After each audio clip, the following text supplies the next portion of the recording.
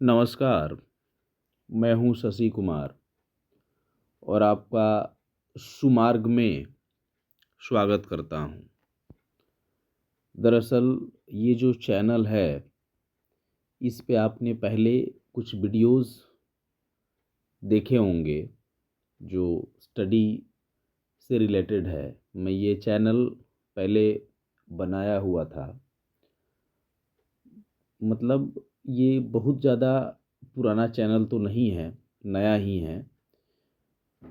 इस चैनल को बनाने का मेरा पर्पस यही रहा कि मैं स्टडी से रिलेटेड बहुत सारा वीडियोज़ बनाऊं, जिससे जो पढ़ने वाले स्टूडेंट्स हैं, बेसिकली जो कंपटीशन का प्रिपरेशन तैयारी करने वाले जो लोग हैं, उनको बेहतर तरीके से नॉलेज मिल सके। दरअसल मैं ज्योग्राफ़ी पढ़ाता हूँ और ये जो ज्योग्राफ़ी मैं आज से और अभी से स्टार्ट करने वाला हूँ, ये 72 बीपीएससी को एक मेन मतलब एम रख करके 72 बीपीएससी को एम में रख करके और फिर मैं ये पढ़ाने जा रहा हूँ। इसका जो मेन मोटो है बेसिकली वह सिविल सर्विसेज का है। आपको मैं बेस से पढ़ाने जा रहा हूँ, एकदम बेसिक से। एनसीईआरटी ज्योग्राफी क्लास 6 से मैं स्टार्ट कर रहा हूँ और ये 12 तक होगा। साथ ही आप देखेंगे कि बीपीएससी के लिए जो भी बेनिफिशियल्स बुक हैं, उन बुक्स को भी हम लोग क्या करेंगे, कवर करने का काम करेंगे। एनसीईआरटी का जो इम्पोर्टेंस है वो काफ़ी ज़बरदस्त है। जो भी बीपीएससी, यूपीएससी या फिर अदर कॉम्पिटिटिव एग्जामिनेशन का प्रिपरेशन करते हैं, वो भली बात ही इससे अवगत होंगे कि एनसीईआरटी के क्या इम्पोर्टेंस है आज के डेट में। चलिए, ज़्यादा बात नहीं करते हुए हम स्टार्ट ही करते हैं। सुविधा नहीं होने की वजह से जो है मैं इस तरीके से रिकॉर्ड कर रहा हूँ क्लास, अन्यथा मैंने कुछ दिन पढ़ाया हुआ है आपको स्मार्ट बोर्ड पे, डिजिटल बोर्ड पे। फिर से मैं कोशिश करूँगा बहुत जल्दी कि डिजिटल बोर्ड नहीं हो तो कम से कम जो है वाइट बोर्ड पे ही मैं पढ़ाना स्टार्ट करूँ। कुछ प्रॉब्लम्स चल रहे हैं, एनीवेज बहुत जल्दी हम लोग जो है ऐसे बाई फेस रूबरू होंगे। अभी ऐसे पढ़ाने की कोशिश हम आपको कर रहे हैं। ये है क्लास 6 का चैप्टर 1। क्लास 6 का चैप्टर 1 है और इसका नाम है the earth in solar system. The earth in solar system यानी कि सौरमंडल में हमारी पृथ्वी, सौरमंडल में पृथ्वी या फिर the earth in the solar system. ये चैप्टर 1 है, मैं यहाँ से स्टार्ट कर रहा हूँ।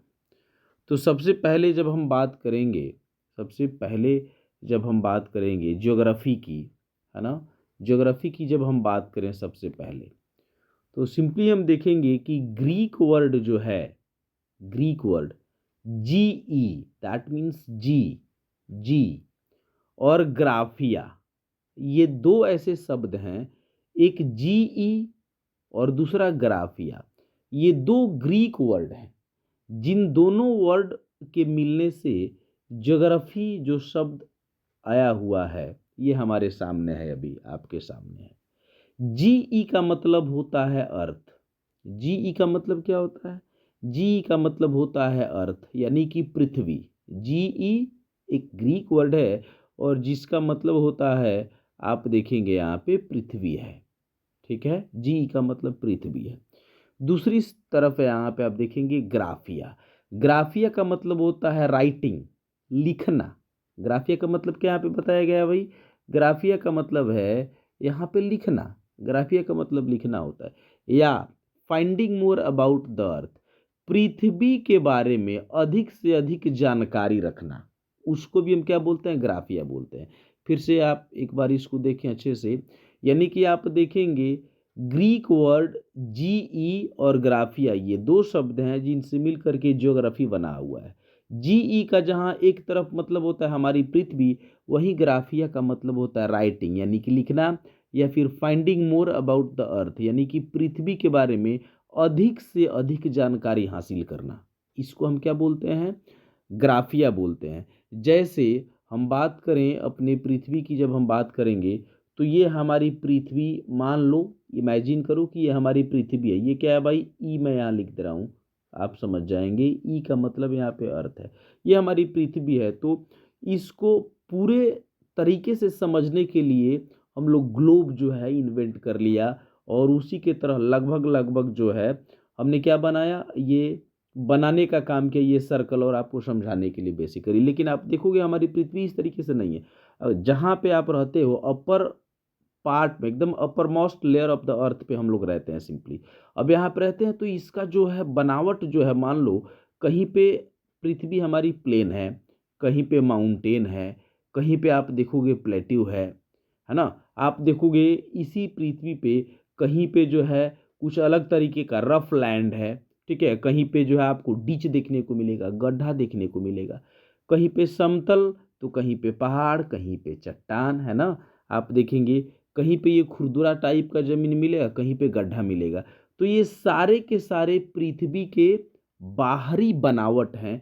अब पृथ्वी के अंदर यहाँ आप देखोगे, यहाँ पे भी आपको देखने को मिलेगा कि पृथ्वी का इंटरनल पार्ट का भी बनावट अलग अलग होता है। तो ये ग्राफिया जो शब्द है, आप देखोगे दोस्त, ग्राफिया जो शब्द मैंने अभी आपको बताने का काम किया सिंपली। ग्राफिया जो ये शब्द हैं, एक सेकेंड, ये आप देखोगे ग्राफिया जो शब्द है, ये ग्राफिया का मतलब यही होता है, यानी कि पृथ्वी के ऊपरी परत और परत के अलग अलग जो बनावट हैं। कहीं पे मैंने बताया ना, कहीं पे एकदम समतल है, कहीं पे पहाड़ है, कहीं पे ये जो है चट्टान है, कहीं पे ये जमीन खुरदुरा है, तो कहीं पे आप देखोगे गड्ढा है। ये पृथ्वी का ऊपरी भाग वाला हिस्सा है। इसके बारे में जानकारी या लिखना, या फिर पृथ्वी के इंटरनल आंतरिक भाग की जब हम बात करेंगे ना, आंतरिक भाग की जब हम बात करेंगे तो आंतरिक भागों में भी चट्टानें अलग अलग तरीके से पाई जाती हैं। तो उनके बारे में जानकारी हासिल करना ही क्या होता है, ग्राफिया होता है।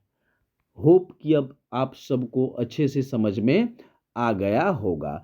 यानी कि ग्रीक वर्ड जो है, एक तरफ जी है जिसका मतलब अर्थ है, और दूसरा है ग्राफिया, यानी कि जी और ग्राफिया से मिलकर के ज्योग्राफी बना है। जहाँ जी का मतलब पृथ्वी होता है, वहीं ग्राफिया का मतलब लिखना या पृथ्वी के बारे में अधिक से अधिक जानकारी हासिल करना होता है। आशा है कि आप सभी इसको अच्छे से समझ पाए होंगे। चलिए हम आगे की तरफ बढ़ते हैं, यानी कि कुछ और भी शब्द आपको, नए शब्द जो है आपको जानकारी, है ना, आपको अभी होने वाले हैं, ठीक है। आप देखेंगे इस क्लास 6 चैप्टर 1 काफ़ी शानदार तरीके से जो है मैं पढ़ाऊँगा, और 6 to 12 तक काफ़ी अच्छे तरीके से मैं आपको पढ़ाने की कोशिश करूँगा, पूरी जी जान लगा दूँगा आपके लिए। बस आपका कोऑपरेशन चाहिए कि आप इसको लाइक ज़रूर करेंगे, हमारे चैनल को सब्सक्राइब करेंगे, और आप इसको शेयर तो ज़रूर करेंगे, जिससे हमारा मनोबल बढ़ेगा। आप कमेंट करोगे सिंपली, और हम आपके लिए जो है ना डेली, यह कंटिन्यूअसली डेली आज से जो है आप देखेंगे ये क्लास आने वाला है आपके लिए। चलिए कुछ नए शब्द देखते हैं। जियो जो है ज्योग्राफी का ये कुछ शब्द है, आप देखेंगे इसमें अगर कुछ हम जोड़ते हैं जैसे लॉजी, तो ये नया बनेगा जियोलॉजी। अगर मेट्री जोड़ देते हैं तो जियोमेट्री हो जाएगा, ऐड जोड़ देते हैं तो जियो ऐड हो जाएगा। अब जियोलॉजी, जियो प्लस लॉजी अगर दोनों को एक करें जियोलॉजी, तो इसका मतलब क्या हो जाता है, स्टडी ऑफ द अर्थ, यानी पृथ्वी का अध्ययन। पृथ्वी के अध्ययन को, स्टडी ऑफ द अर्थ, पृथ्वी के अध्ययन को हम क्या बोलते हैं, जियोलॉजी बोलते हैं। पृथ्वी के अध्ययन, यानी कि ये राइटिंग से रिलेटेड हो गया। राइटिंग जो ग्राफिया है, ध्यान देना, ये रिलेटेड हो गया। पृथ्वी के अध्ययन करेंगे तो किस चीज़ के अध्ययन करेंगे, ये पृथ्वी है ना, इसके बाहरी परत, इसके बाहरी बनावट, और इसके इंटरनल भाग का जो बनावट है, इसी का तो हम स्टडी करेंगे, अध्ययन करेंगे। तो जो जियोलॉजी है, इसको हम क्या बोलेंगे, स्टडी ऑफ द अर्थ, यानी कि पृथ्वी का अध्ययन बोलेंगे। फिर से एक बार हम यहाँ देखने की कोशिश करते हैं, ठीक है ना। आप देखेंगे जियो में अगर मेट्री जोड़ देते हैं तो ये हो जाता है भाई जियोमेट्री। अब जियोमेट्री का मतलब होता है मेजरिंग, मापन पृथ्वी का। पृथ्वी का मापन हम इसमें करते हैं, ठीक है ना। इसमें क्या करते हैं भाई, पृथ्वी का मापन करते हैं, ठीक है, मेजरमेंट हम यहाँ पे करते हैं सिंपली। और लास्ट इसमें ओएड, यानी कि जियोएड अगर हम जोड़ेंगे, जियोएड तो फॉर्म ऑफ द अर्थ, इसका मतलब क्या होता है, जियोएड का मतलब अगर हम बोलें जी, है ना, ऑयड, जियोइड।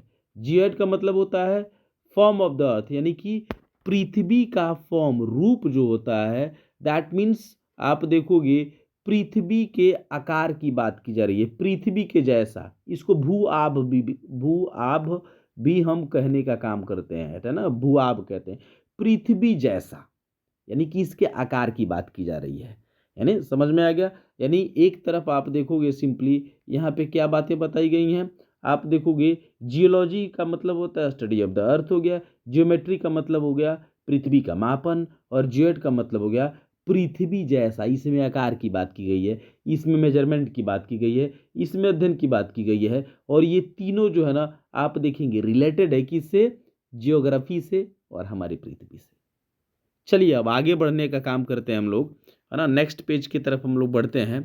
ठीक है, नेक्स्ट पेज की तरफ बढ़ते हैं, और नेक्स्ट पेज में हम लोग अच्छे से जानने का काम करेंगे। ये जो लिखा हुआ है ये थोड़ा सा स्पष्ट दिखाई नहीं दे रहा है, लेकिन मैं आपको बोल के समझा दूंगा, ये मेरा वादा है आपसे। चलिए, यानी कि इस चैप्टर 6 में, चैप्टर 6 की जब हम बात करेंगे, है ना, तो चैप्टर 6 की जैसे ही हम बात करेंगे तो इसमें चैप्टर 6, सॉरी, ये क्लास 6 है, चैप्टर 1 ज्योग्राफी, है ना, चैप्टर 1 क्लास 6, है ना, आप क्लास 6 चैप्टर 1 ज्योग्राफी है। तो इस चैप्टर 1 में हमें क्या क्या टर्म मिलेंगे पढ़ने के लिए, उसको हम लोग देखने का काम करते हैं।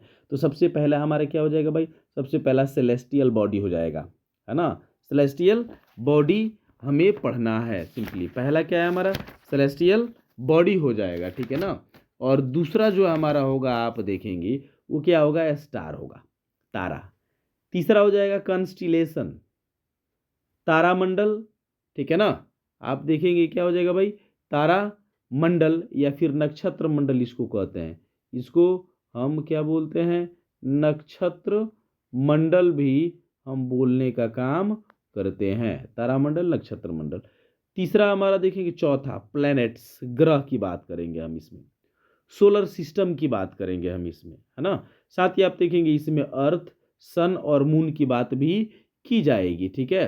साथ ही आप देखेंगे इसमें और क्या क्या हम लोगों को जानना है, इसमें आप देखोगे हम एस्टेरॉयड की बात करेंगे, क्षुद्र ग्रह की बात करेंगे, मीटियोरॉइड्स की बात करेंगे, उल्का पिंड जिसका मतलब होता है, और सबसे बड़ी बात आप देखोगे गैलेक्सी की बात करेंगे, तारों का समूह या फिर आकाशगंगा, उसको हम कहने का काम करते हैं, ठीक है ना।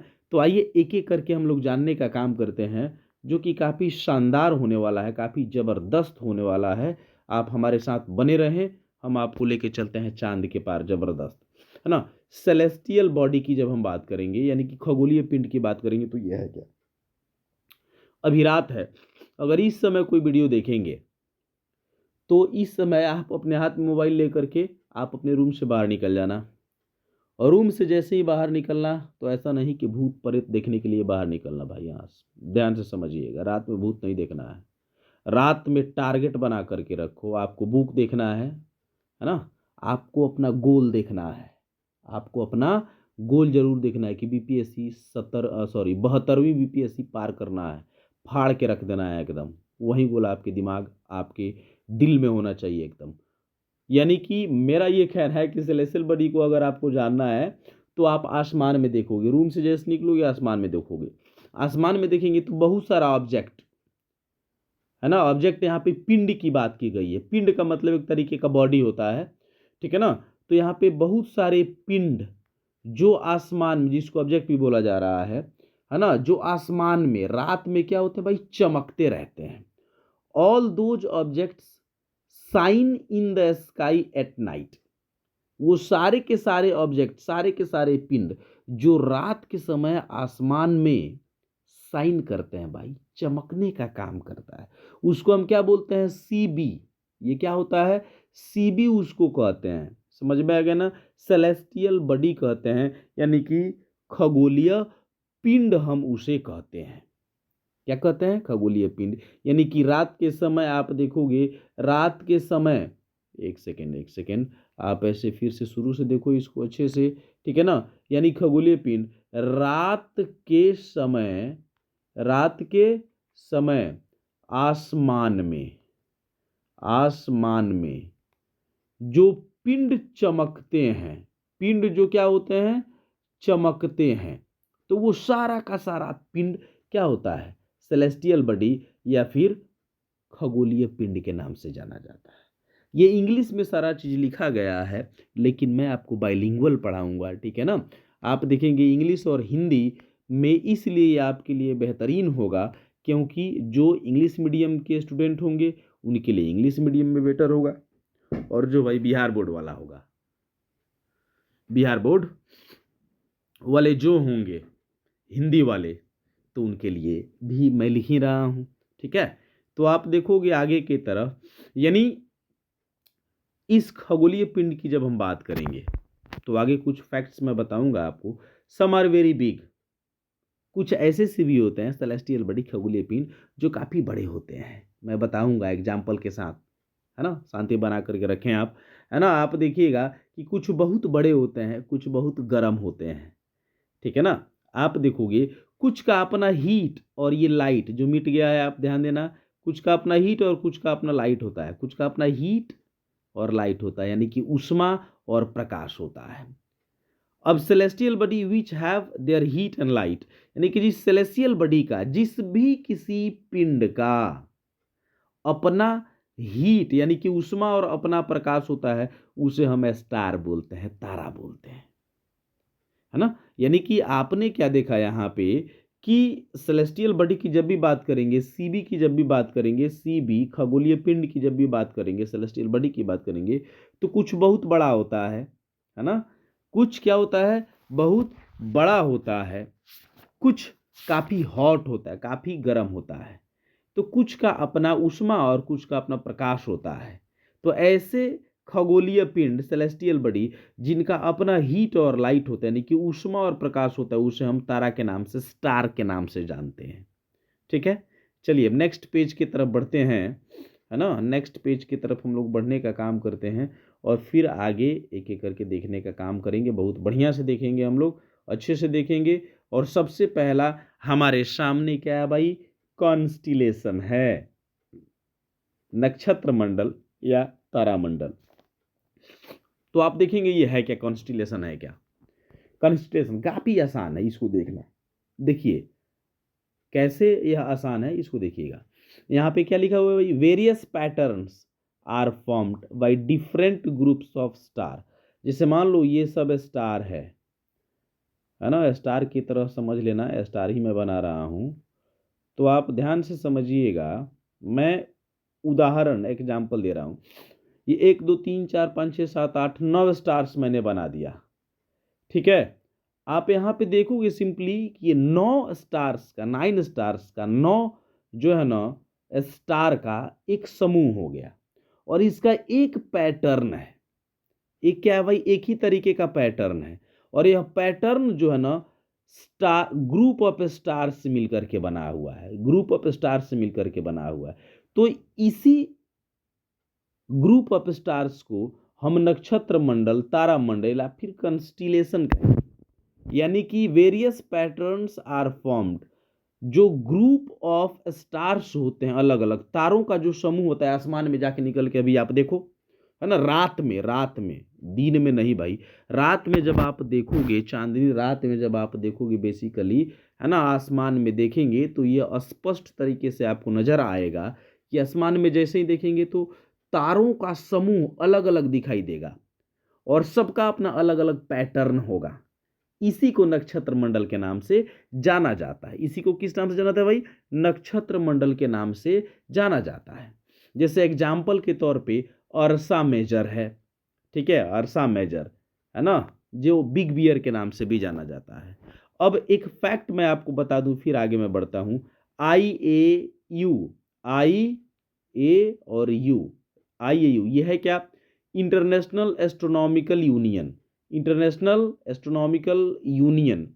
ऑफिशियली इसने बताने का काम किया है कि 88 कॉन्स्टिलेशन पाए जाते हैं, 88 कॉन्स्टिलेशन को जो है खोजा गया है।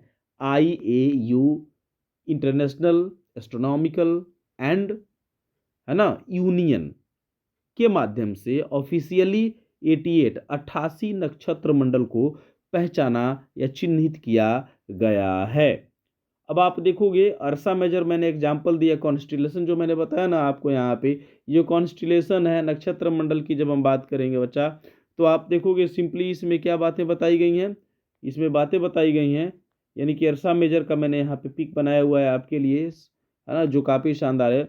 आप देखो इसका एक पैटर्न है 1 2, अगर हम बात करें 1 2 3 4 5 6 और 7, ये 7 जो है ना तारों का एक समूह यहाँ पे क्या है, तारों का यहाँ पे एक समूह है, और इसका एक अलग पैटर्न आपको देखने मिलेगा, आप ध्यान से आप समझेंगे, इसका एक अलग पैटर्न दिख रहा है आपको, दिख रहा है ना, एक अलग पैटर्न, यानी कि तारों का एक समूह है जो एक अलग पैटर्न बनाया हुआ है, और इस पैटर्न को जो इस तरीके से आपको दिखाई दे रहा है, ये अर्सा मेजर का पैटर्न, अर्सा मेजर का पैटर्न है। दूसरी सबसे बड़ी बात यहाँ पे आप देखेंगे, it is seen in the northern sky, यानी कि इसको आप कहाँ देख सकते हैं, उत्तरी आसमान में देख सकते हैं, आसमान में उत्तर की तरफ आप देख सकते हैं, नॉर्दर्न स्काई, है ना, आप देखेंगे northern sky, in the northern sky, आप उत्तर में आसमान में देख सकते हो इसको। इसके बारे में कुछ फैक्ट हम आपको बता दें, ठीक है ना, जो काफ़ी शानदार फैक्ट है, ध्यान से समझिएगा, जो काफ़ी शानदार फैक्ट होने वाला है आपके लिए। अर्सा मेजर के बारे में जो फैक्ट है वह क्या है, यह जो है थर्ड लार्जेस्ट कंस्टिलेशन है। कौन है भाई, थर्ड लार्जेस्ट कंस्टिलेशन है। तीसरा सबसे बड़ा क्या है, आप देखेंगे नक्षत्र मंडल है। अब आप देखेंगे largest constellation in the northern hemisphere, northern hemisphere यानी कि उत्तरी गोलार्ध की जब हम बात करेंगे, उत्तरी गोलार्ध की जैसे ही बात करेंगे, थोड़ा सा समझते हैं, है ना, आप देखोगे उत्तरी गोलार्ध की जब हम बात करेंगे, उत्तरी गोलार्ध ये हो गया हमारा ग्लोब, है ना, ये हो गया हमारा, आप देखेंगे इक्वेटर, ये ग्लोब हो गया, ये इक्वेटर हो गया। अब इस इक्वेटर से यहाँ से 0 डिग्री से इसको डिनोट करते हैं भाई। अब इसके ऊपर वाला पार्ट, ये वाला पार्ट सारा का सारा, ये नॉर्थ हो गया, और ये हो गया साउथ, ये ईस्ट हो गया, और ये हो गया आप देखेंगे वेस्ट। तो आप देखेंगे ये जो यहाँ पे मैंने एरो दिया है, यह जी की तरह दिख रहा है, ठीक है ना, एरो है ये। अब आप देखेंगे इक्वेटर से अपर पार्ट में ये पूरा का पूरा एरिया जो आपको दिखाई दे रहा है, ये पूरा का पूरा एरिया, ये सारा नॉर्दर्न हेमिस्फीयर यानी कि उत्तरी गोलार्ध के नाम से जाना जाता है। नीचे वाला ये जो पार्ट है, ये सारा का सारा एरिया जो है ना सदर्न हेमिस्फीयर यानी कि दक्षिणी गोलार्ध के नाम से जाना जाता है। तो बेसिकली आप देखोगे यहाँ पे, मैंने भी आपको क्या बताने का काम किया, मैंने भी आपको बताने का काम किया भाई कि ये जो वेस्ट है, यानी कि नॉर्थ साउथ ईस्ट और वेस्ट, और ये बीच वाला जो मैंने आपको बताइए इक्वेटर, इक्वेटर से ऊपर का सारा भाग जो है, सारा का सारा एरिया जो है, इसको नॉर्दर्न हेमिस्फीयर के नाम से, उत्तरी गोलार्ध के नाम से जानते हैं, ठीक है ना, उत्तरी गोलार्ध के नाम से जाना जाता है। और ये अर्सा मेजर जो है, अर्सा मेजर, अर्सा मेजर जो है, इसी नॉर्दर्न हेमिस्फीयर उत्तरी गोलार्ध में आप देख सकते हो, इसी नॉर्दर्न हेमिस्फीयर उत्तरी गोलार्ध में आप इसको देख सकते हो, ठीक है ना।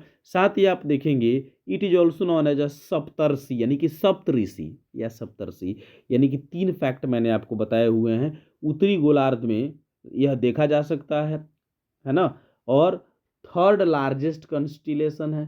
तीसरा क्या है, it is also known as a Saptarshi, 3 fact, ये कंस्टिलेशन तीसरा सबसे बड़ा है, उत्तरी गोलार्ध में आप देख सकते हो, और सप्तर्षि के नाम से इसको जानते हैं, सप्तर्षि या सप्तऋषि आप तीनों कह सकते हो, मतलब दोनों कह सकते हो, सप्तर्षि या सप्तऋषि। अब जैसे ही मैंने बोला थर्ड लार्जेस्ट, तो आपके दिमाग में अचानक आया हुआ होगा कि भाई आप देखोगे सर थर्ड लार्जेस्ट तो बता दिए, लेकिन फर्स्ट कौन है, सेकंड कौन है। तो फर्स्ट सेकंड और थर्ड हम लोग जान लेते हैं, उसके आगे जानने की कोई आवश्यकता नहीं है। अगर आप चाहते हैं कमेंट करेंगे तो मैं आपको बता दूंगा क्या क्या है नहीं है, लेकिन फिर भी फर्स्ट और सेकंड में बता रहा हूँ अभी आपको। फर्स्ट क्या है, फर्स्ट लार्जेस्ट कंस्टिलेशन की जब हम बात करेंगे, पहला फर्स्ट, एल फॉर लार्जेस्ट और C for constellation, first largest constellation वो है भाई, आप देखेंगे हाइड्रा है, उसका नाम क्या है, हाइड्रा, इसको याद रखोगे आप। पहला कौन है, हाइड्रा है। इसका आप देखोगे सिंपली, ये कहाँ दिखाई देता है भाई, ये इसका जो लोकेशन होता है, लोकेशन ये सदर्न है, मतलब सदर्न कॉन्स्टिलेशन के नाम से जाना जाता है, सदर्न हेमिस्फीयर में ये दिखाई देता है, सदर्न हेमिस्फीयर में ये दिखाई देता है। पहला कौन है भाई, लार्जेस्ट कॉन्स्टिलेशन क्या है, हाइड्रा है, कौन है, हाइड्रा है, जो सदर्न हेमिस्फीयर में दिखाई देता है। और जब हम सेकंड की बात करेंगे, सेकंड, है ना, एक सेकंड, सेकंड की जैसे ही बात करें, यानी कि पहला हमने जाना कि हाइड्रा है, पहला क्या है, हाइड्रा है। अगर सेकंड की जैसे ही हम बात करेंगे तो सेकंड लार्जेस्ट कंस्टेलेशन जो है उसका नाम है विर्गो। विर्गो, अब समझ में आया आपको? यानी कि आप देखोगे सिंपली, पहला हमारे पास कौन आया है ना, पहला हमारे पास आया भाई, पहला जो हमारे पास आया वो आया हाइड्रा, दूसरा विर्गो, और तीसरा जिसके बारे में हम लोग अभी जान रहे हैं अर्सा मेजर। अर्सा मेजर। चलिए नेक्स्ट पेज की तरफ बढ़ते हैं, ठीक है ना। नेक्स्ट पेज की तरफ हम बढ़ने का काम करते हैं, ठीक है। नेक्स्ट पेज, और ये हमारे पास क्या है भाई, प्लैनेट्स। प्लैनेट्स, प्लैनेट्स के बारे में जानते हैं। प्लैनेट बोलने का मतलब क्या है भाई, प्लैनेट का हिंदी क्या होता है भाई, ग्रह होता है, ध्यान देना। इसके बारे में थोड़ा सा हम लोग जानने का काम करते हैं। ओके, थोड़ा सा इसको हम एडजस्ट कर लें। मोबाइल पे जो इसका स्क्रीन है छोटा है, और वो लिखने वाला भी नहीं है, मैं अपनी उंगली से, फिंगर से ये सारा चीज़ कर रहा हूँ, तो पेन और उंगली में काफ़ी अंतर होता है, ठीक है ना। तो एडजस्ट कर लेंगे आप सब, ठीक है ना। प्लेनेट की जब हम बात करेंगे, प्लेनेट की जैसे ही हम बात करेंगे, ग्रह की जैसे ही हम बात करेंगे, तो इसके लिए भी कुछ चीज़ जो है जानना हमारे लिए आवश्यक है। ग्रीक वर्ड एक है प्लेनेटाई। प्लेनेटाई है ना, ये क्या है, प्लेनेटाई। प्लेनेटाई है ग्रीक वर्ड जो है, क्या है भाई, वह है प्लेनेटाई। आपको होप समझ में आ गया होगा ये प्लेनेटाई। यह ग्रीक वर्ड है प्लेनेटाई, और इसी प्लेनेटाई से क्या निकला हुआ है, प्लेनेट। इसी प्लेनेटाई से आप देखोगे निकला हुआ है प्लेनेट। अब इस प्लेनेटाई का मतलब क्या होता है, इसका मतलब होता है वांडरर्स। वांडरर का मतलब होता है चारों तरफ घूमने वाला, या परिभ्रामक, जो चारों तरफ घूमते रहे, इसका मतलब यही होता है, चारों तरफ घूमने वाला या फिर परिभ्रामक, ठीक है ना।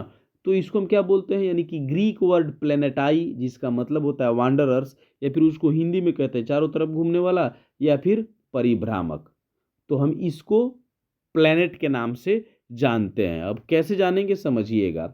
अब थोड़ा सा और जानने का काम करते हैं, एक सेकेंड, है ना। आप देखोगे सिंपली यहाँ पे मैंने एक पिक्चर बनाया हुआ है, ये आपके लिए काफ़ी शानदार है। ये जो है मैंने बीच में यहाँ पे सन बनाया हुआ है, ठीक है ना, सन है। इसके चारों तरफ ये ऑर्बिट है, यानी कि ये रहा सन, है ना, ऐसे समझते हैं, ये रहा सन, एस इसके बीच में मैं लिख दे रहा हूँ, ठीक है। इसके चारों तरफ ऑर्बिट मान लेते हैं, ये ऑर्बिट है। यहाँ पे एक जो है प्लेनेट हम रखते हैं, कोई भी यहाँ पे बुध लिखा हुआ है, आप आठों में से किसी एक को भी लिख सकते हो, किसी एक को भी, ठीक है। मंगल हो, जो भी आपको अच्छा लगे, समझाने के लिए मैंने यहाँ पे बुध लिखा हुआ। अब यहाँ पे जो है बुध ग्रह है, मान लीजिए मर्क्यूरी है, अगर सन के चारों तरफ अपने ऑर्बिट में ये क्या होगा भाई, घूम रहा है, चलिए यहाँ आ गया, फिर यहाँ आ गया, फिर यहाँ आ गया, ऐसे ये चारों सन के चारों तरफ क्या हो रहा है, घूम रहा है। परिभ्रामक इसको बोलेंगे, या फिर चारों तरफ घूमने वाला। तो ये मरकरी क्या हो गया भाई, आप देखेंगे ये मरकरी सिंपली क्या हो गया, ये हो गया भाई हमारे लिए ग्रह। यानी कि एक बार फिर से समझिए, प्लेनेट ग्रीक वर्ड प्लेनेटाई से लिया गया है, जिसका मतलब होता है चारों तरफ घूमने वाला या परिभ्रामक। जैसे ये हमारा सन है, और ये अपने, इसके चारों तरफ एक ऑर्बिट है, कक्षा है, रास्ता है घूमने वाला, उस रास्ते पे, उस कक्षा पे एक ग्रह है जिसका नाम है बुध, मरकरी, और वो चारों तरफ हमेशा से घूम रहा है। क्या है, घूम रहा है, घूम रहा है। तो ये घूमने वाला हो गया, है ना, परिभ्रामक हो गया, और इसी को हम क्या बोलेंगे, इसी को बोलेंगे ग्रह। इतना समझ में आया? चलिए आज इतना ही रहने देते हैं, पार्ट 1 में जो है ना इतना ही रहने देते हैं, और कल फिर जो इसका नेक्स्ट पार्ट आएगा। अगर आपको अच्छा लगा हो तो आपसे मेरा यही अनुरोध है कि इसको लाइक करें, इस पे कमेंट करें, इसको शेयर करें, ताकि हम आपके लिए कंटिन्यूअसली वीडियो बनाते रहें, और यह 72वीं बीपीएससी को फोड़ फाड़ के एकदम जो ना ख़त्म कर दिया जाए, और अपने लक्ष्य की प्राप्ति की तरफ हम लोग आगे बढ़ें। जय हिंद, नमस्कार।